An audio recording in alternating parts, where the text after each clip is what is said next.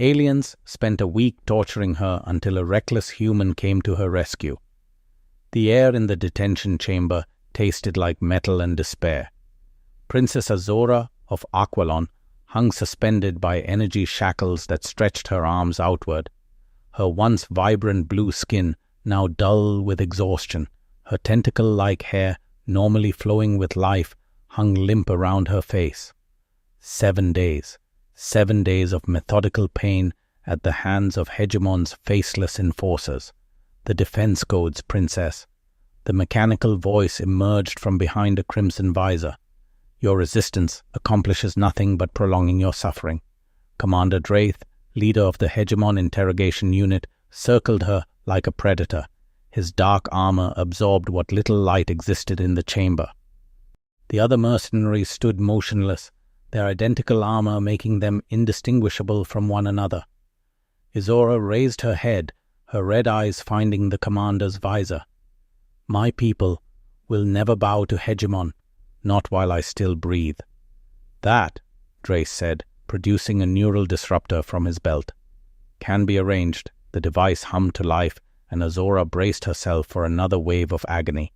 7 days of this, and still she hadn't broken. But how much longer could she hold out? Aqualon was the last free world of the Stellar Confederation, the final bastion against Hegemon's relentless expansion.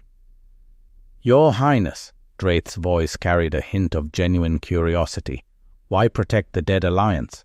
The Confederation is finished. Aqualon stands alone. Azora's laugh was bitter.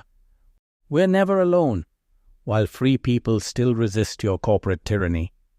The neural disruptor inched closer to her exposed midriff, where her tight dark blue outfit had been torn away.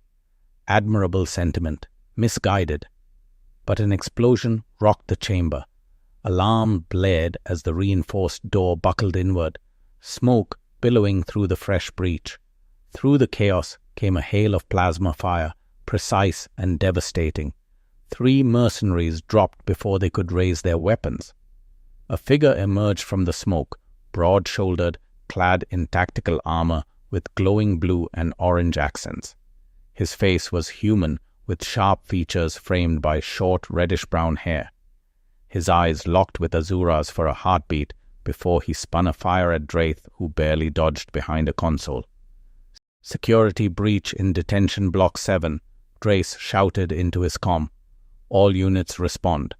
The human moved with practiced efficiency, each shot finding its mark. He reached Azora in seconds, his rifle still trained on the doorway. Princess Azura. His voice was deep with an accent she couldn't place.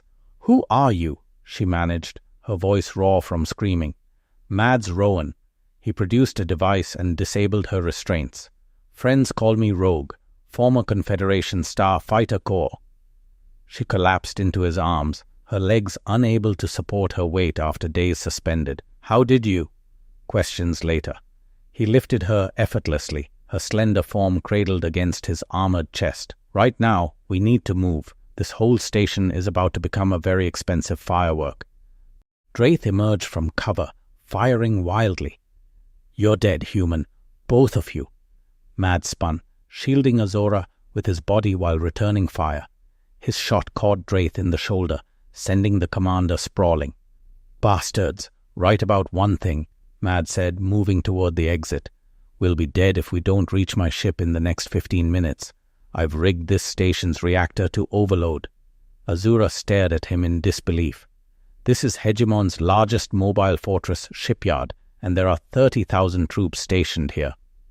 Mad's grim smile told her everything, not for much longer.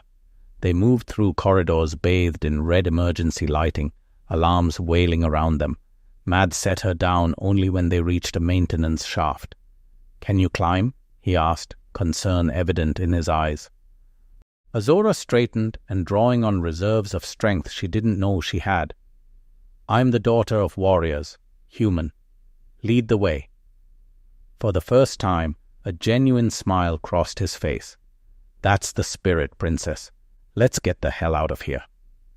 As they ascended through the bowels of the station, Azura realized she was witnessing the beginning of something momentous, though whether it was her salvation or merely a different kind of doom remained to be seen. "We've got company," Mad shouted as they rounded the corner toward Hangar Bay 12. A squad of Hegimon troops had formed a perimeter around his ship. A sleek, matte black vessel with predatory lines and worn hull plates that spoke of countless battles. Azura pressed herself against the wall, her breathing labored but controlled. "That's your ship. Looks like it's held together with hope and adhesive tape."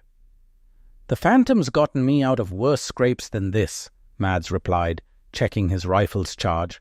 "Besides, she's faster than she looks." "I'll take your word for it, assuming we reach her." Mads glanced at the princess. Despite 7 days of torture, her eyes burned with a determination. Her resilience impressed him more than he cared to admit. 8 guards, standard formation. I count 2 heavy weapons." He handed her a compact blaster from his thigh holster. "Can you shoot?" Azura examined the weapon with practiced ease. "My father insisted all royal children master combat arts. I qualified as an expert marksman at 14. Remind me never to piss you off," Mads muttered.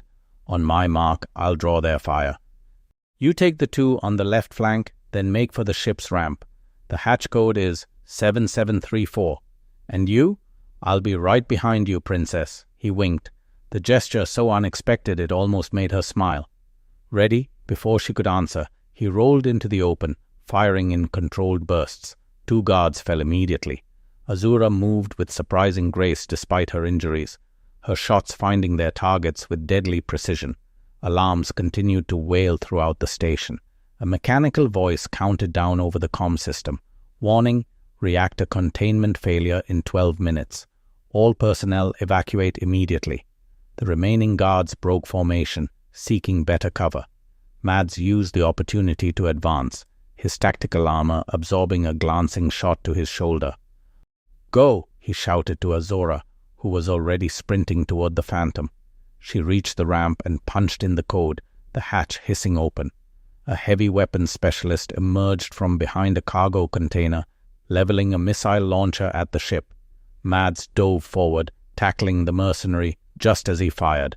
The missile went wide, detonating against the hangar wall. Azura turned at the explosion, raising her blaster. 3 quick shots dropped the last guards approaching from the side entrance. Mads finished the heavy weapons specialist with a brutal elbow strike, then sprinted for the ship. "Start the engines," he called. "Scary control panel to the right of the pilot's seat."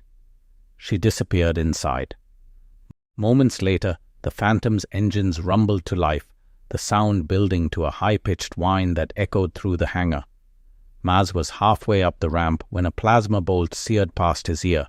Commander Draith stood at the hangar entrance, his damaged armor smoking but his aim steady. "You've signed your death warrant, human," Draith roared. "The full might of Hegimon will hunt you to the edge of the galaxy. Tell your corporate masters to get in line," Mads replied, firing back. His shot caught Draith in the leg, sending the commander sprawling. Inside the ship, Mads slammed his palm against the hatch control and rushed to the cockpit. Azura had already strapped herself into the co-pilot seat, her fingers dancing over the unfamiliar controls with surprising confidence. "Pre-flight complete," she reported. "Shields at 60%. That'll have to do."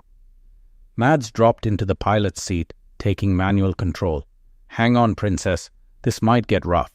The Phantom lifted off, its landing gear retracting as MADS pivoted the ship toward the hangar's magnetic field barrier.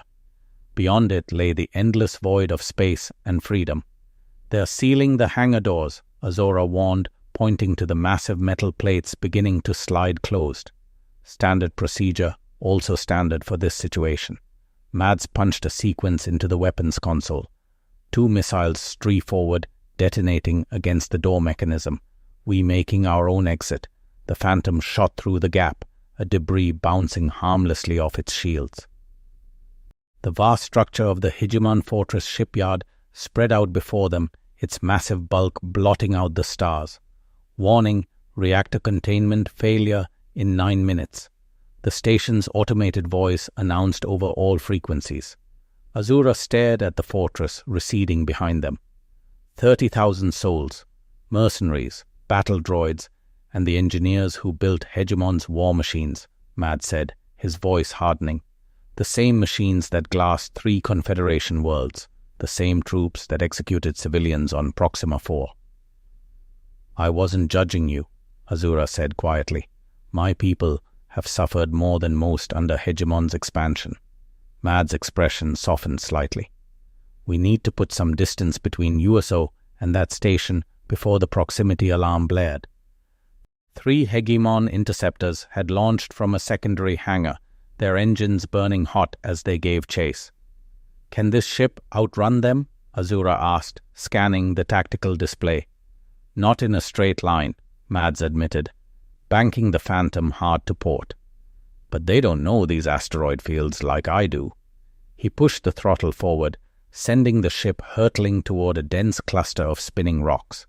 The interceptors followed, their superior engines quickly closing the gap. They're locking weapons, Azura warned. Mads grinned, a predatory expression that transformed his face. Perfect. Let them waste their missiles. He cut the main engine suddenly, allowing momentum to carry them forward while activating maneuvering thrusters in a complex sequence. The Phantom spun on its axis, now facing their pursuers while still moving backward into the asteroid field. Return the favor, he said, nodding toward the weapons console. Azura didn't hesitate. Her fingers found the firing controls, and the Phantom's forward cannon spat energy bolts at the lead interceptor. The shots connected, overloading its forward shields. The vessel veered wildly, clipping an asteroid and spiraling out of control.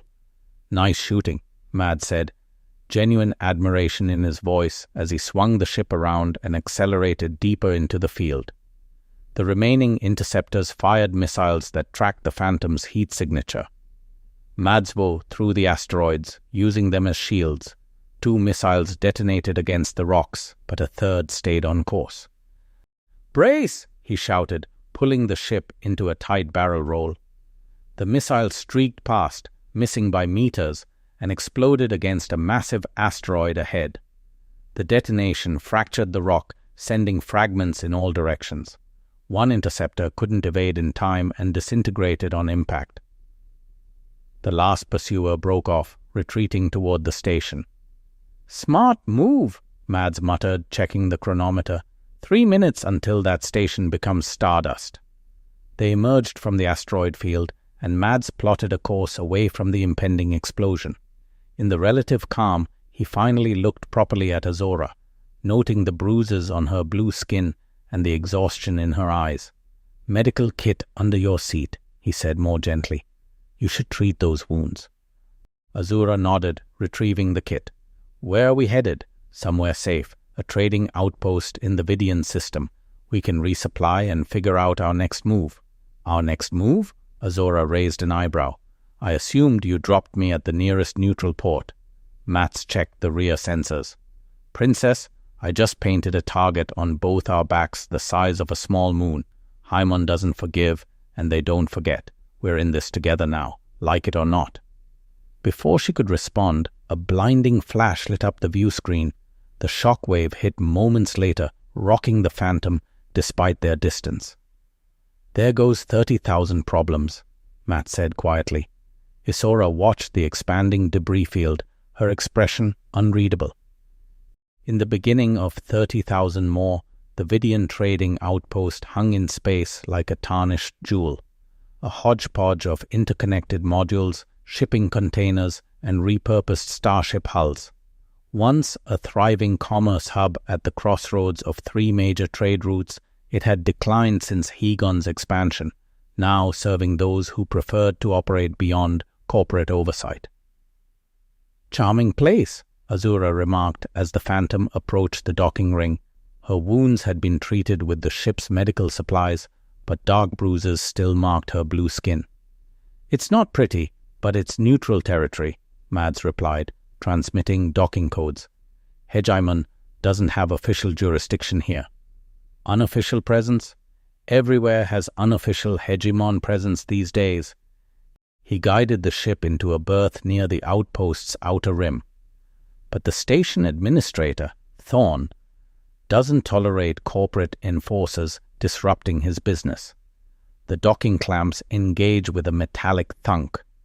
Mads powered down the engines, but left the auxiliary systems running. "We need supplies, information, and a plan," he said, rising from the pilot seat. "But first, we need to change your appearance. You're too recognizable." In the ship's compact living quarters, Mads rummaged through a storage locker and produced a hooded cloak and a small case. "Dermal pigment modifier," he explained, opening the case to reveal what looked like cosmetics. "Temporary, but effective. And these," he held up a pair of contact lenses. "L will change your eye color." Issa took the items, examining them with curiosity. "You come prepared for everything. Survival habit." He turned to give her privacy. "I'll check the ship's systems while you change." When she emerged 10 minutes later, Azora's blue skin had taken on a more purple hue, and her distinctive red eyes were now amber. With her tentacle-like hair tucked beneath the hood, she could pass for any number of near-human species. "How do I look?" she asked. Mads studied her for a moment longer than necessary. Like someone who won't immediately trigger a station-wide alert, they disembarked. Mads wearing a civilian jacket over his armor and a cap pulled low over his eyes. The docking bay was busy enough to provide anonymity, but not so crowded as to make movement difficult. "Stay close," Mads murmured as they entered the main concourse.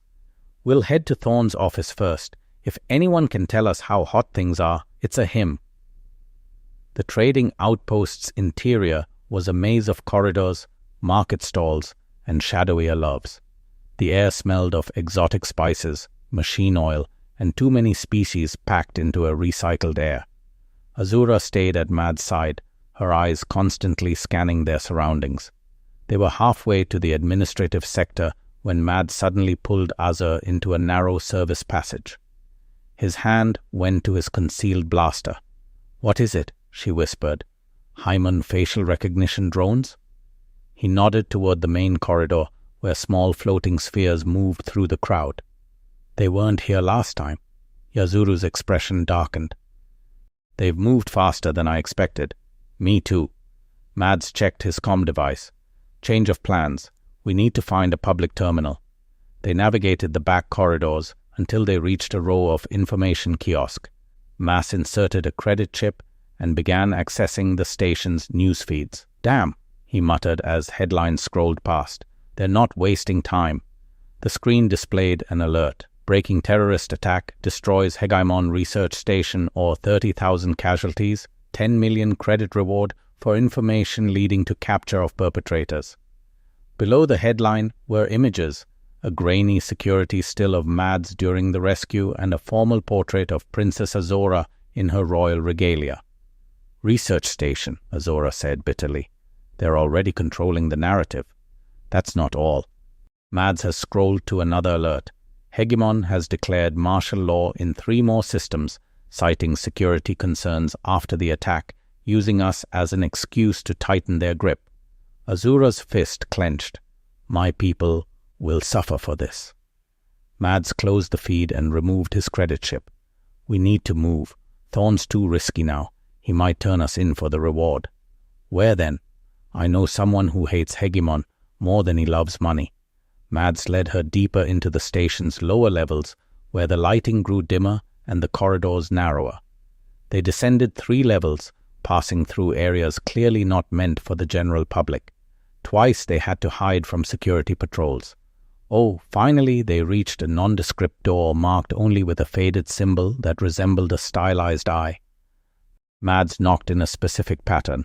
After a moment, a scanner emerged from the wall, bathing him in blue light. "Identity confirmed," a synthetic voice announced. "State your business, rogue." "Seeking sanctuary and information," Mads replied. "For myself and 1 guest." The door slid open, revealing a surprisingly spacious chamber filled with screens, servers, and holographic displays. In the center sat a man with dark skin and silver-streaked hair, his eyes replaced with cybernetic implants that glowed to soft blue. "Mads Rowan," the man said, his voice warm despite his imposing appearance. "I wondered when you'd turn up on my doorstep again." "Hello, Cyrus." Mads stepped inside, gesturing for Azora to follow. "We're in trouble." "When are you not?" Cyrus chuckled, his cybernetic eyes focusing on Azora.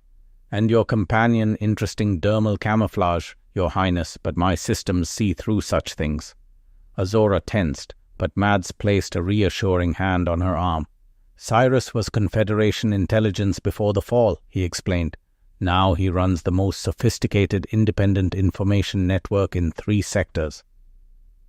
"And I've been watching the fireworks you two have caused," Cyrus said, gesturing to his screens, where footage of the station's destruction played on a loop. "Quite the statement, Rogue." "It wasn't political," Mads insisted. "I went in for the princess. The rest was tactical necessity." Perhaps Cyrus turned to Azora. "But you, Your Highness, have always been political. The last royal of the last free Confederation world." Azora stepped forward.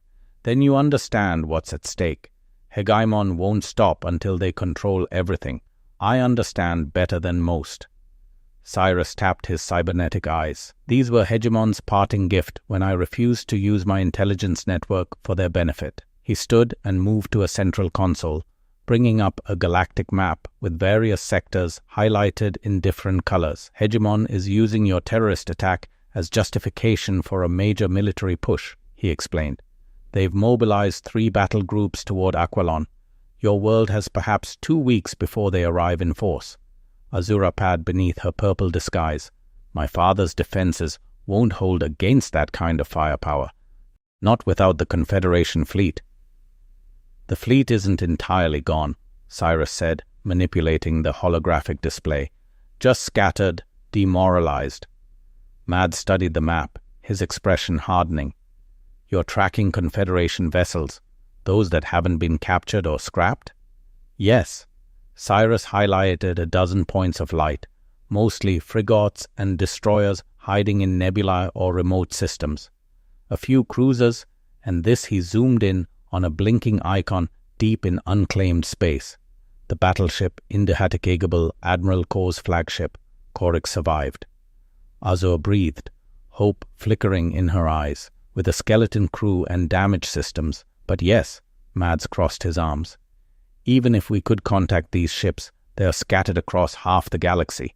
They'd be picked off one by one trying to reach Aquilon." "Unless," Cyrus said with a sly smile, "they had a reason to believe they could win." He brought up another display showing schematics of a Hegemon command ship. "This is the Dominion, flagship of the battle group heading for Aquilon. It carries the automated command protocols for all Hegemon forces in the sector." "A single point of failure," Mads murmured, understanding, dawning. "Precisely. Disable the Dominion and the entire battle group becomes disorganized, forced to fall back on manual coordination, which Hegemon commanders are notoriously bad at." Azur studied the schematics. "How would we even get near such a vessel?" "That," Cyrus said, "is where things get interesting." He produced a data crystal. "This contains clearance codes for a Hegemon supply ship scheduled to rendezvous with the Dominion in 4 days, along with crew identifications that might fit our fugitive friends with some minor adjustments." Mads took the crystal, his eyes meeting Cyrus's. "Why help us? This puts you at risk, because I've spent years watching Hegemon consume everything I once protected." Cyrus' cybernetic eyes dimmed slightly. "Perhaps it's time I did more than watch." The Hegemon supply vessel Provisioner was exactly as uninspiring as its name suggested. A blocky utilitarian craft designed for function over form. Its cargo holds were filled with equipment, rations, and replacement parts bound for the battle group approaching Aquilon. In the ship's cramped crew quarters, Mads adjusted his Hegemon logistics officer uniform, the stiff grey fabric uncomfortable against his skin. He dyed his hair black and added subtle facial prosthetics that changed his appearance just enough to fool casual inspection. "How do I look?" he asked when turning to Azora. She wore a similar uniform, her skin now a pale green thanks to Cyrus's advanced dermal modifiers. Her tentacle-like hair had been styled into a more conventional appearance, and brown contact lenses hid her natural red eyes. "Like every other corporate drone I've ever had the displeasure of meeting," she replied with a small smile, which is precisely the point. 4 days had passed since their meeting with Cyrus. 4 days of preparation, memorizing Hegemon protocols, studying the Dominion's layout, and rehearsing their cover identities. 4 days in close quarters that had shifted something between them, a growing awareness neither had acknowledged aloud. "Final equipment check," Mads said, refocusing on the mission. He opened a hidden compartment in what appeared to be standard issue luggage. Inside lay disassembled weapons, explosives, and electronic countermeasures, all disguised as innocuous maintenance tools. Cyrus's intelligence was good, Azura noted, checking the small blaster concealed in her boot. The real inspection team was diverted exactly as he predicted. "Let's hope the rest of his intel is equally accurate." Mads closed the compartment. "We'll have approximately 12 hours aboard the Dominion before the actual inspection team reports the diversion." The comm system chimed. "Provisioner, this is Dominion Control. You are cleared for docking in Bay 4. Transmit crew and cargo manifest." Azura moved to the communications console, transmitting the forged document Cyrus had provided. There was a tense moment of silence before the response came. "Manifest received and verified. Proceed to docking Bay 4. Welcome to the Dominion. Provisioner." Mads released a breath he hadn't realized he was holding. First hurdle cleared. The supply ship's autopilot guided them toward the massive Hegimon flagship. Through the viewport, the Dominion grew larger, a dagger-shaped vessel bristling with weapon emplacements. Its black hole absorbing the light of nearby stars. "It's even more imposing up close," Azura murmured. "Size isn't everything," Mads replied with forced levity. "Remember, we just need to reach the command core and upload Cyrus's virus to the automated systems." The provisioner shuddered slightly as docking clamps engaged. Pressure equalized with a hiss, and the airlock indicators turned green. "Showtime," Mads said, shouldering his bag of disguised equipment. "Remember, we're Lieutenant Commander Hale and Specialist Taran here to perform a routine inspection of life support systems." They step you through the airlock onto the Dominion, where a junior officer waited with a data pad. "Lieutenant Commander." The officer greeted Mads with a perfunctory nod. "Your inspection wasn't on our schedule until next week." Mads adopted the weary tone of a career bureaucrat. "Schedules change, Lieutenant, especially with the upcoming operation. Headquarters wants all systems at optimal performance." The junior officer seemed satisfied with this explanation. "Of course, sir. I'll have someone escort you to the life support control room." "That won't be necessary," Azura interjected smoothly. "We know our way around. Standard layout, isn't it?" "Yes, ma'am. Though security protocols require," Lieutenant Mads cut in his voice, dropping to a confidential tone. "Our inspection includes certain classified modifications, direct orders from Central Command. I'm sure you understand." The mention of classified orders worked its magic. The junior officer straightened, suddenly eager to distance himself from potential security complications. "Of course, access has been granted to your credentials. If you need anything, just use any comm panel." Once alone in the corridor, Mads and Azura moved with purposeful strides, projecting the confidence of personnel who belonged. They made their way to a maintenance lift, avoiding the main thoroughfares. "Command core is 6 levels up central section," Azura murmured, consulting a small data pad with the ship's schematics. The lift doors opened, revealing an empty car. They stepped inside, and Mahdi selected their destination. "So far, so good," he said quietly as the lift began to rise. Azura's expression remained focused.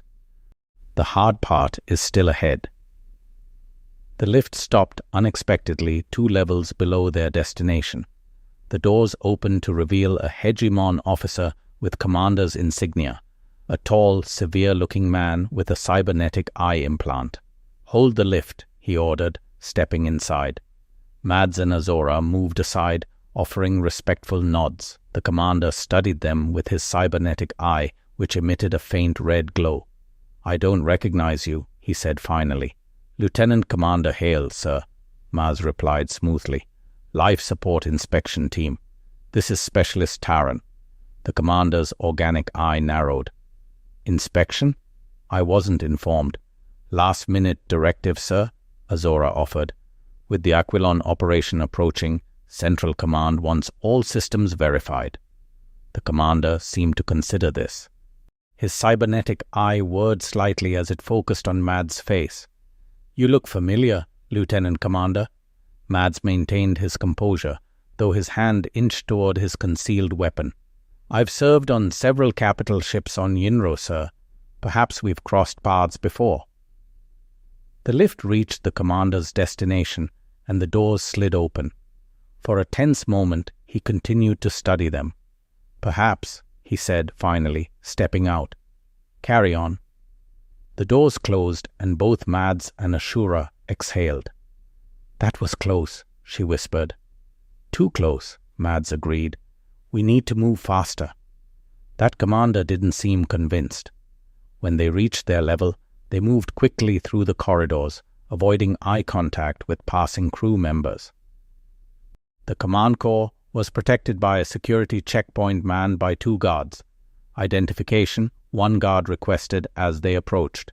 Mads presented his forged credentials. "Life support inspection. We need access to the environmental systems adjacent to the command course." The guard scanned the credentials and frowned. "I don't see any scheduled maintenance for this section." "It's not maintenance," Azora explained with practiced patience. "It's a security inspection. The air filtration systems for the command core are being evaluated for potential vulnerabilities." The guard still seemed uncertain. "I'll need to verify this with my superior." "By all means," Mad said, maintaining his bureaucratic persona. Though Commander Vex might not appreciate being disturbed during the tactical briefing, he personally authorized this inspection. The name drop worked. The guards exchanged glances, neither wanting to interrupt a senior officer's meeting for what seemed like routine procedure. "Proceed," the first guard said, stepping aside, "but stick to the environmental systems only. Command Core itself is restricted." "Of course," Mads assured him, "we're only interested in the filtration network." Once past the checkpoint, they located a maintenance access panel that, according to Cirrus's schematics, connected to a service corridor running parallel to the command core. "Cover me," Mads whispered, kneeling to open the panel. Azura positioned herself to block the view from the corridor while Mads worked. Within moments, he had the panel open, revealing a narrow crawl space. "Ladies first," he said with a grim smile. Azura slipped into the opening, followed by Mads, who carefully replaced the panel behind them. The service corridor was dimly lit by emergency lighting, barely wide enough for them to crawl through. 200 meters ahead should be an access point to the command core secondary systems, Azora said, consulting her datapad. They moved as quietly as possible, aware that sound might carry through the thin walls. After several minutes of uncomfortable crawling, they reached a junction where several conduits converged around a small access terminal. "This is it," Mads confirmed, examining the terminal. "From here, we can access the automated command protocols." He removed a device from his bag and connected it to the terminal. The screen flickered to life, displaying Hegimon's security protocols.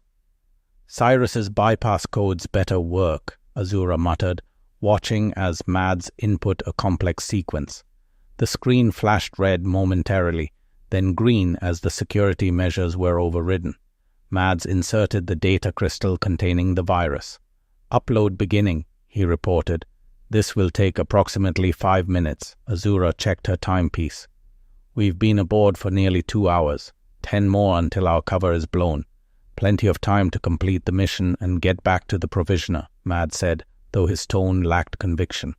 The terminal beeped softly as the upload progressed. Suddenly, a warning flashed across the screen. "Intrusion detected," Mads read, his stomach sinking. "Secondary firewall engaged." "Can you bypass it?" Azora asked urgently. I'm trying, but Anne began to wail throughout the ship. Red emergency lights pulsed in the narrow service corridor. Security alert! A mechanical voice announced over the ship-wide comm. Unauthorized access detected in command systems. All security personnel to alert status. We need to abort, Ozuro said, reaching for her concealed blaster. Mad shook his head, fingers flying over the terminal. The upload is at 70%. If we leave now, this was all for nothing. Heavy footsteps echoed from somewhere beyond the service corridor. Security teams mobilizing. 80%, Mads reported, sweat beating on his forehead. The access panel they'd entered through clanged open in the distance. Flashlight beams swept through the service corridor. Contact and maintenance shaft 7B. A voice called out, proceeding to investigate. 90%, Mads whispered. Almost there. Azura positioned herself between Mads and the approaching security team, her blaster ready. Finish it. I'll hold them off. Upload complete, Mads announced, disconnecting the device. Virus is in their system now. We just need to stay alive long enough for it to work. The first security officer appeared at the far end of the corridor. Weapon raised. Freeze, hands where I can see them. Azora fired her shot, striking the wall near the officer and forcing him to duck back. We need another way out. Mads examined the junction where they were positioned. These conduits connect to the ship's ventilation system. If we can reach it, more security personnel appeared, firing stun blasts that sizzled past them. Cover me, Mads said, holstering his weapon to work on the sealed ventilation access. Azora returned fire, careful to aim near the security team rather than at them. They were trying to escape, not add to their body count. The ventilation cover came free with a metallic groan. Got it, Mads called. Go! Azura fired one more covering shot before diving into the ventilation shaft. Mads followed, pulling the cover close behind them just as stun blast peppered their previous position. Where does this lead? Ozora asked as they crawled rapidly through the narrow space. According to the schematics, there should be an access point near the shuttle bay, Mads replied. If we can reach it, we might be able to steal a shuttle. The ship lurched suddenly, throwing them against the sides of the shaft. What was that? Azura gasped. The answer came over the ship-wide comm. All personnel, battle stations, multiple unidentified vessels have entered the system. Conföderation if signatures detected. Maz and Azora exchanged shocked looks. The fleet, she whispered. They've come. Cyrus, Mads realized. He must have contacted them after we left. Another impact rocked the ship. The ventilation shaft groaned under structural stress. The virus must be working, Mads said. Their automated defense system should be compromised. They continued through the ventilation system, guided by Mads's memory of the schematics.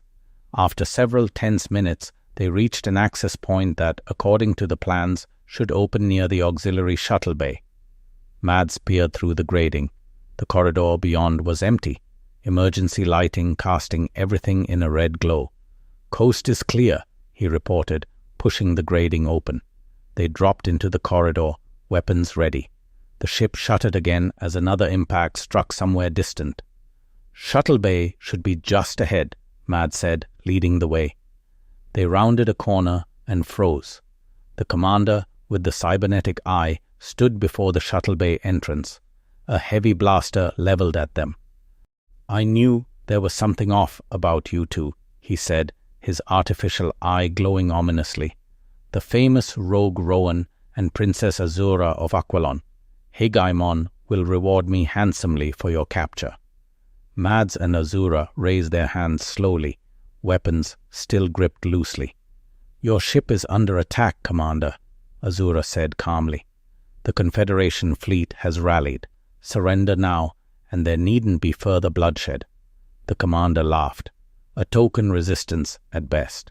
Once we crush them, Aquilon falls, and the last ember of the Conföderation dies. You're wrong, Mads said, taking a careful step forward. Heon's days of unchallenged dominance are over. People are rising up across the galaxy. People, the commander sneered. Insects beneath our boot. Now drop your weapons, or the ship lurched violently, more severely than before. The commander staggered momentarily off balance. Mads and Azura moved in perfect synchronization. She fired at the commander's weapon, while Mads lunged forward, tackling him to the ground. The commander was stronger than he looked. His cybernetic eye emitted a blinding flash, disorienting Mads. A mechanical fist connected with Mads' jaw, sending him sprawling. Azura fired again, but the commander activated a personal shield that deflected the blast. He drew a secondary weapon from his boot and aimed at her. Mads recovered just in time, sweeping the commander's legs from under him. The shot went wide, scorching the ceiling. They grappled on the floor, evenly matched until Azura joined the fray, striking the commander's cybernetic implant with the butt of her blaster. The device sparked and malfunctioned, causing the commander to howl in pain. Mads delivered a final blow that rendered him unconscious. "Nice teamwork," he panted, retrieving his weapon. "We're not done yet," Azura reminded him, moving to the shuttle bay doors. Inside, they found a row of small personnel shuttles. Alarms continued to blare throughout the ship, but the bay itself was deserted. All hands called to battle stations elsewhere. "That one," Mads pointed to a sleek courier shuttle. "Fastest model they have." They boarded quickly, Mads taking the pilot's seat while Azura secured the hatch. The shuttle systems came online at his touch. "Unauthorized launch detected in the auxiliary Bay 3, the ship's computer announced. "Security protocols engaged." "Not for long," Mads muttered, inputting commands. "Our virus should have compromised those two." The bay doors remained stubbornly closed. Azura moved to the co-pilot seat, scanning the controls. "Manual override required," she reported. "Someone needs to activate it from that console." She pointed to a station outside the shuttle. Mads cursed. "We're so close. I'll do it," Azura said, rising from her seat. "No," Mads caught her arm. "It's too dangerous. I'll go." Their eyes met, and in that moment, everything unspoken between them hung in the air. "We need a pilot," she said softly, "and I need you to live Mads Rowan." Before he could protest further, she leaned down and kissed him. Brief but intense. A promise and a goodbye. "Azura!" "Wait," but she was already moving, slipping out of the shuttle and sprinting toward the control console. Mads watched helplessly as she reached it and began the override sequence. The bay doors began to slide open, revealing the chaos of space beyond. The Dominion was engaged with multiple Confederation vessels, energy weapons crisscrossing the void. Azura completed the sequence and turned back toward the shuttle. Their eyes met across the distance, a smile forming on her blue lips. Then the bay doors suddenly froze half open. Security personnel burst into the bay, weapons raised. "Go!" Azura shouted, drawing her blaster and firing at the newcomers, forcing them to take cover. Mads hesitated for only a heartbeat before engaging the shuttle's engines. The craft lifted off, hound him, maneuvering toward the partially open doors. "I'll come back for you," he promised, though she couldn't hear him. The shuttle squeezed through the gap, scraping its hull, but making it into open space. Behind him, through the viewport, Mads saw Azura surrounded by security personnel, her hands raised in surrender. The Dominion loomed above, its weapons focused on the Confederation ships rather than his small shuttle. The virus had worked. Their automated targeting systems were compromised, their communications in disarray. Mads set course for the nearest Confederation vessel, opening a comm channel. A Confederation ship. "This is MAD's Rogue Rowan on stolen Hegemon shuttle, requesting immediate docking and assistance. I have critical intelligence and we need to plan a rescue mission." Admiral Carrick was exactly as Mads remembered him, tall, imposing, with silver hair cropped close to his scalp, and eyes that had seen too much war. The bridge of the Indehatable hummed with activity as officers coordinated the ongoing battle against an Hegimon fleet. Your virus worked better than we could have hoped, Kor said, studying the tactical display where Hegemon vessels moved in disorganized patterns. Their coordinated defense shattered. Zeus contacted us 3 days ago with your plan. Risky but brilliant. It's not finished, Mads insisted, pointing to the Dominion. Princess Azor is still aboard that ship. We need to get her out. Kor's expression hardened. The mission was to disrupt Hegemon's advance on Aquilon. We've accomplished that. A rescue operation is non-negotiable, Mads interrupted. She's the heir to Aquilon and the last royal of the Confederation. More importantly, she's the reason any of this worked. The Admiral studied Mads for a long moment. You care for her? It wasn't a question, but Mads answered anyway. Yes, Kor nodded slowly. Then let's get her back. On the Dominion, Azura stood before Fleet Admiral Drace, her hands bound, but her posture proud. The Admiral's office shook occasionally as Confederation weapons found their mark against the weakened shields. You've caused quite the disruption, Your Highness, Drace said, his voice surprisingly calm given the circumstances. Though I admit I'm impressed. Surrender your fleet, Admiral, Azura replied. End this before more lives are lost, Drace laughed softly. Even captured, you make demands. He moved to the viewport, watching the battle unfold. Our automated systems are compromised, but we still outnumber your ragtag fleet. This is merely a setback. Is that what you'll tell the Hegimon board when they ask why you lost their flagship and failed to take Aquilon? The Admiral turned, his expression calculating. Perhaps we can help each other, Princess. Hegimon values efficiency above all. This conflict has become inefficient. Before Azora could respond, the ship rocked violently. Emergency klaxons blared. Admiral, an officer's voice came over the comm. Multiple breaches in sectors 7 through 9. Confederation boarding parties. Drax's composure cracked. Impossible. How did they penetrate our shields? And, the virus, Azora said with a small smile. It didn't just affect your targeting systems. The Admiral drew his sidearm, aiming it at Azora. You'll make an excellent hostage. I think not, came a voice from the doorway. Mads stood there, armored in Confederation battle gear, his rifle trained on Drace. Behind him, Confederation Marines secured the corridor. Lower your weapon, Admiral, Mads ordered. Your ship is lost. Drace's finger tightened on the trigger. One step closer, and the princess dies. The princess, Azura said calmly, is not helpless. In one fluid motion, she dropped to the floor, sweeping Drax's legs from under him with a move Mads had taught her during their days aboard the Phantom. The Admiral's shot went wide, and before he could recover, Mads was on him, disarming him with practiced efficiency. You okay? Mads asked, cutting Azora's bonds while Marine secured the Admiral. Better now, she replied, her eyes meeting his. You came back for me. Always will, he promised. The Confederation fleet, bolstered by ships that had emerged from hiding across the sector, surrounded the crippled Hegimon forces on the Indefatigable's bridge. Admiral Kor received the surrender of Fleet Admiral Drace, formally ending Hegemon's campaign against Aquilon. This is just the beginning, Kor told the assembled officers. Hegimon still controls much of the galaxy, but today we've shown they can be defeated. Mads stood at the back of the bridge, Azora at his side, her hand found his, fingers intertwining. What happens now? He asked quietly. Now, she said, we rebuild. The Confederation wasn't just ships and stations. It was an idea that different worlds, different species could stand together as equals. Sounds like a lot of work. Azura smiled. Are you offering to help, Rogue? I go where you go, Prince? He squeezed her hand.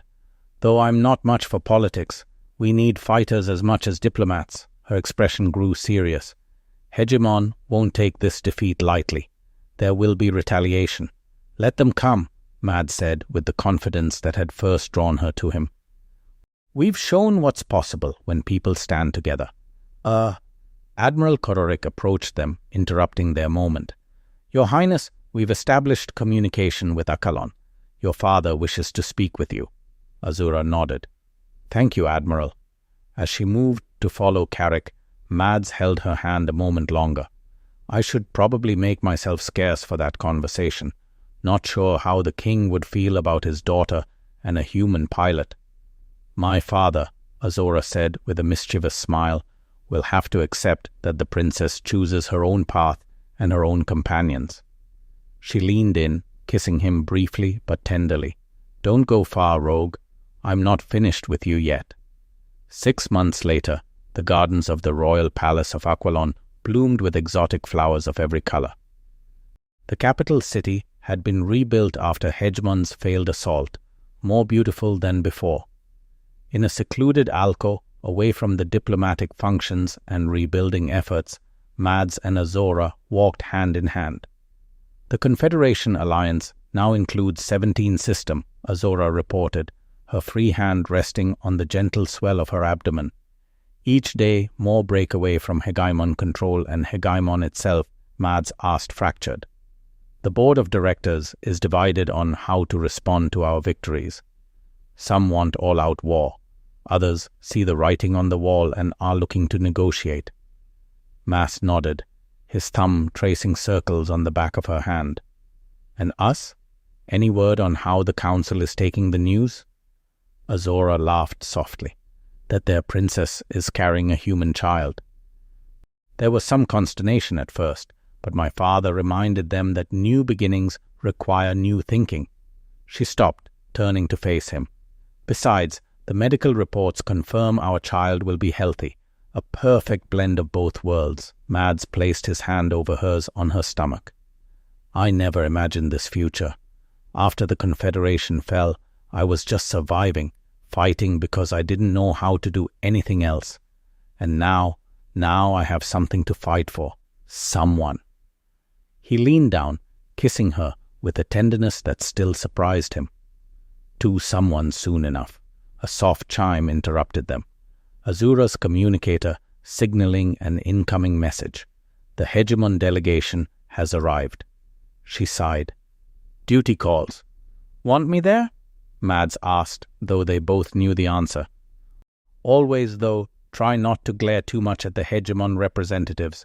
We're aiming for peace, remember? I'll be on my best behavior, he promised with a roguish grin, for you and the little one.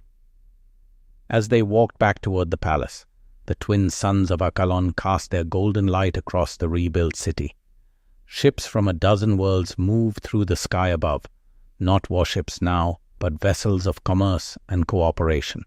You know, Mads said thoughtfully, when I broke into that Hegemon station to rescue you, I never expected to help restart a galactic alliance, and I never expected my rescuer would become the father of my child and co-architect of a new confederation, Zora replied. Life has a way of surprising us. Speaking of surprises, Mads stopped, dropping to one knee before her. From his pocket, he produced a ring, a band of Aquilonian silver inlaid with earth sapphires. I know our worlds have different traditions, but on Earth, we do this. Azura's eyes widened, her free hand moving to her mouth. Princess Azora of Aquilon, Mads continued, his voice steady despite the hammering of his heart. Will you marry me? Not for politics or alliances, but because I love you more than I ever thought possible. Tears glistened in her red eyes. Yes, she whispered 1,000 times. Yes. As he slipped the ring onto her finger and rose to embrace her, tears erupted from a nearby balcony. They turned to see King Theron of Aquilon, Admiral Corrick, and a dozen other allies watching with broad smiles. Were they there the whole time? Mads asked, embarrassment coloring his cheeks. Apparently, Azora laughed.